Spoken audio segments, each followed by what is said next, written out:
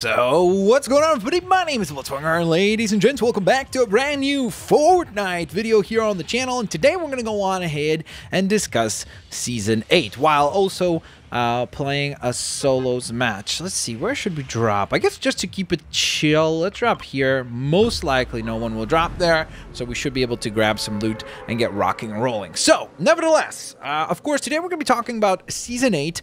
More specifically, this is kind of just a video that I could send to everyone who constantly would ask me, whether it be on Twitter or Instagram. Speaking of which, follow me. It's at Blitzwanger on those social media platforms.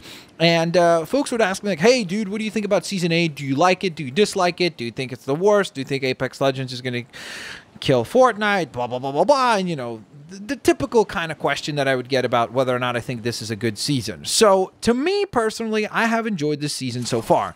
First and foremost, the thing that I've liked the best about this season is how smooth the launch was, because my experience with the previous 3 seasons was pretty bad as far as the launch. You could see even during the live streams, when I streamed on the days that the new seasons would launch, the thing that was absolutely infuriating is that for whatever reason, I'm not sure if it was just the sheer amount of new players joining or what was exactly causing that issue, but I would constantly run into the issue over the first 2 or 3 days when the new season would launch, where I would lag like terribly. I'd get crazy lag spikes and huge frame drops the entire time that I would play. So it was really frustrating because basically right when you are most excited to play the new season, it was, in my opinion, not very enjoyable, or in some cases just impossible to actually play. So the fact that they fixed that, or maybe it's just that there's less people playing this season and maybe that's why it was running smoothly, but I was just happy to see that because I was able to enjoy the launch without having to be worried about those types of things going wrong all the time. So that was definitely a nice touch. Now, outside of that, what do I think about, of course, the big changes, such as the map, getting this brand new area known as Sunny Steps, the Lazy Lagoon, and the Volcano area? And what do I think about that? Well, for me personally, I'm a fan of it just because, again, it makes the map look much more unique and much more diverse as far as just the environments that you can fight in. So I was hoping we would get some sort of like a flaming type environment, and this definitely fulfills that role. Very much so. So I'm stoked that we now have a flame type area, because when I was thinking about it, I don't know why I didn't even think of a volcano as like a possibility, because I was like, well, how are they going to do, you know, we have a snowy area, we have a desert area, so maybe they consider the desert area as kind of their fire or like warm area as it is, so maybe we're not going to get anything like that.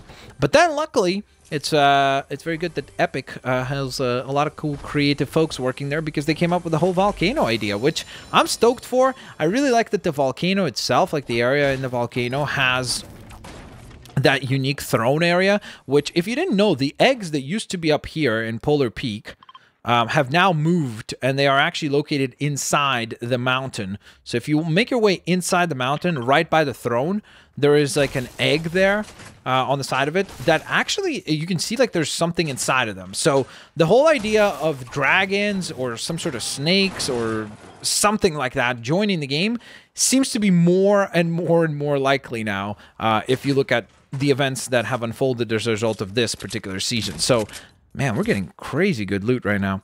This is pretty awesome. So that is definitely really cool that we're getting more and more awesome loot and more awesome areas, I should say, to explore in this season. So I've enjoyed that. Now, some of the things that I know a lot of people have been talking about is that they want to see more balancing stuff and more updates in that sense. Like, hey, make some of the weapons that seem to be useless more... I don't want to say more better, because that's just wrong English, but just, I guess, more functional, because people feel like, well, what's the point of having those weapons in the game if they don't really serve a purpose?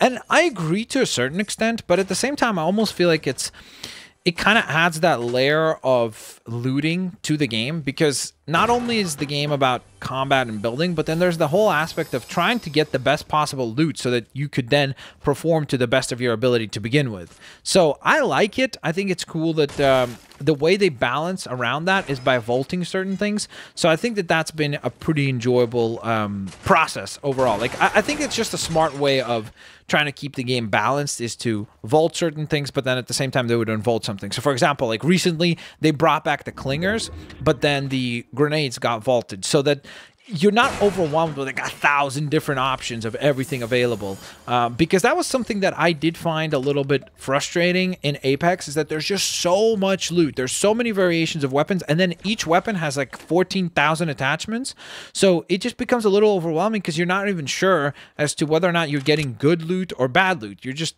not really certain, like, hey, should I keep this? Should I take that?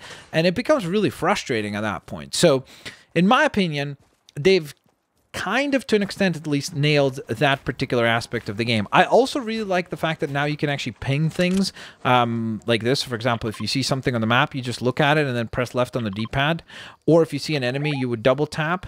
Or if you point at an item, so for example, if let's say I'm here, right, and I'm playing squads or duos or something like that, and I point at this and I'm like, hey, pick up the cozy campfire right here. So for my teammate, you see when he looks, it'll actually show up as the campfire when he's not looking directly at it.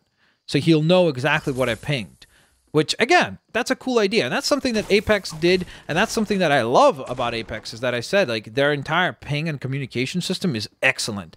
And I was saying, like, hey, it'd be really cool if Fortnite adapted some of those into its game. And lo and behold, an update after Season 8 came out brought that to us. So that was definitely a really, really, really cool touch. So I'm a fan of that particular feature as well. So outside of that, what do I not like?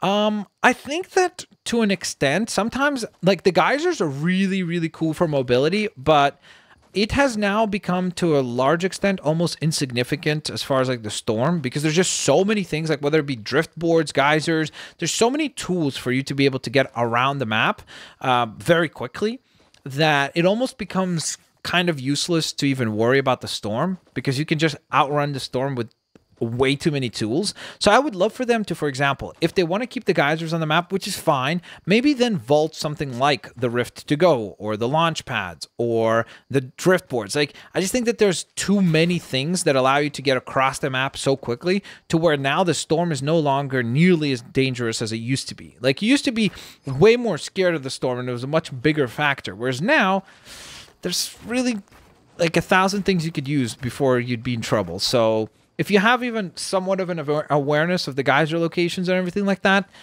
you could definitely take advantage of that. And okay, take fall damage apparently as well. So there you go. That's a feature. Can I run into somebody? That'd be cool. Where is everyone? It's like crazy. Now, to be fair, I will give them credit for the fact that the geysers themselves are only located in the in this part of the map, so only around the volcano and the lazy lagoon. So that's kind of a nice thing. Like, they didn't just place them everywhere on the map so that then it would be broken. So I think that that was definitely a smart call on their part, and I'm definitely a fan of that decision making there. So at least they kind of balance it in that sense. So I can't complain too much about the placement of the geysers. Outside of that, though, honestly, there's nothing that I'm particularly like unhappy about with the game right now. Like, I think that it's relatively balanced.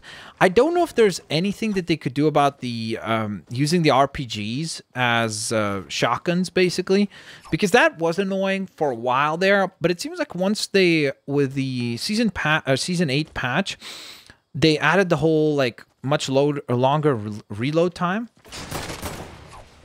on it. That seems to have helped.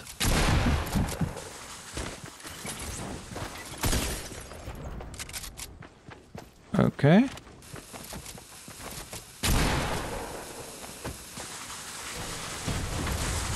Sorry.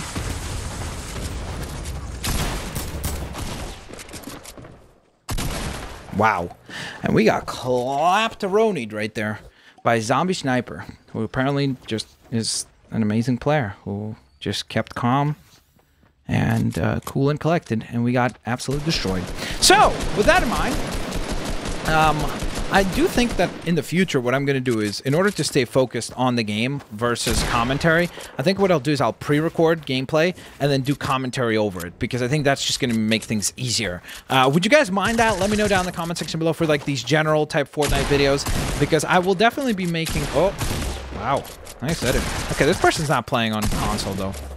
There's no way. Right? Oh, that was clean. Yikes. Okay, now I don't feel so bad about losing because this player is clearly really, really, really good. But nevertheless, like I said before, thank you guys so very much for watching. I'll hopefully catch you guys here next time. Oh, this is the important factor. I want to hear from you guys down in the comment section below. What do you think of Season 8? Because I know a lot of people have been kind of almost split down the middle. I know some people love it. Like, they like the whole pirate theme and the ninja and pirate theme. And then some people absolutely despise it because, I don't know, I guess there was other expectations from them as far as what they were hoping to see. So I'm sure that maybe there's going to be people in... Oh, what was that? Maybe there's going to be people in our audience here as well who are more split down the middle. Or maybe you have a distinct one or the other kind of preference for season number 8. Thanks all for watching, guys. I will hopefully catch you guys here on the next one. Peace out. I'll see you all later, alligators. Bye-bye, everyone.